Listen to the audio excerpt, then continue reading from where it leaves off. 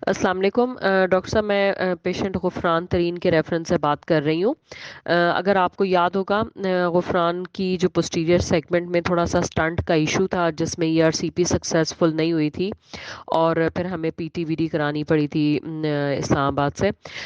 तो अब last time जब इनके इंटीरियर सेगमेंट में भी चूंकि 3 स्टंट्स थे और पोस्टीरियर सेगमेंट की पीटीवीडी हुई हुई थी, तो हमने फिर शिफा में डॉक्टर साले से कंसल्ट किया था।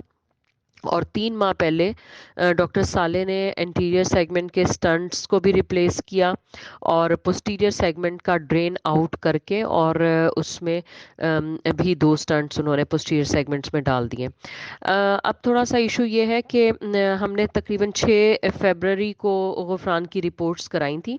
उसमें इनका जो LFTs हैं वो तो नॉर्मल हैं ऑलमोस्ट, जिसमें ALP जो है वो स्लाइटली रेज्ड है, 187 है।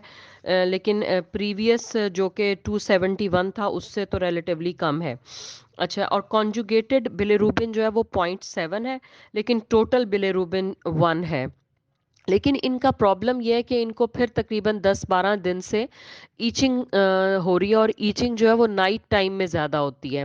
डे टाइम में तो थोड़ा सा ये अगर अपना ध्यान काम की तरफ रखें और इस तरह से तो नहीं ज़्यादा फील करते, लेकिन रात को ईचिंग होती है, बाज़ दफ़ा इतनी होती है कि ईचिंग से इनकी आँख भी खुल जाती है।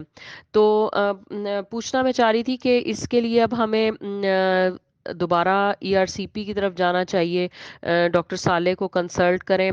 टेक्रोलिमस का लेवल इनका ठीक है, 4.4 इनका आया है, और वही रजीम जो आपने एडवाइस की थी, 1 mg और 0.5 mg टेक्रोलिमस की, वो सेम डोज ये ले रहे हैं।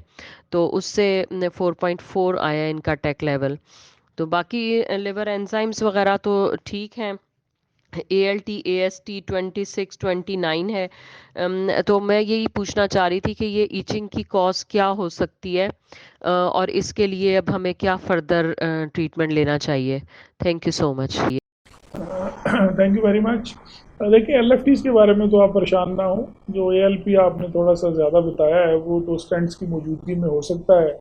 उनका बिलिरुबिन चूँकि नॉर्मल है, तो इसलिए मेरा नहीं ख्याल कि अभी आपको रश करना चाहिए दोबारा ERCP के लिए। एट टाइम्स स्टेंट की प्रेजेंस में भी इचिंग थोड़ी बहुत हो जाती है, तो आई वुड से कि आप इनको वो अर्सोफाक दे दें 500 सुबह शाम। पानी का इंटेक ज़्यादा रखें। कोई भी एक एंटी एलर्जिक जो इनको सूट करती है वो ले लें।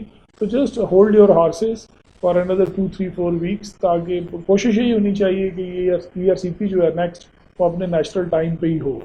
अगर ये इचिंग बिल्कुल ठीक नहीं होती तो कपल ऑफ वीक्स में आप इनके LFTs दोबारा रिपीट करके देख लें।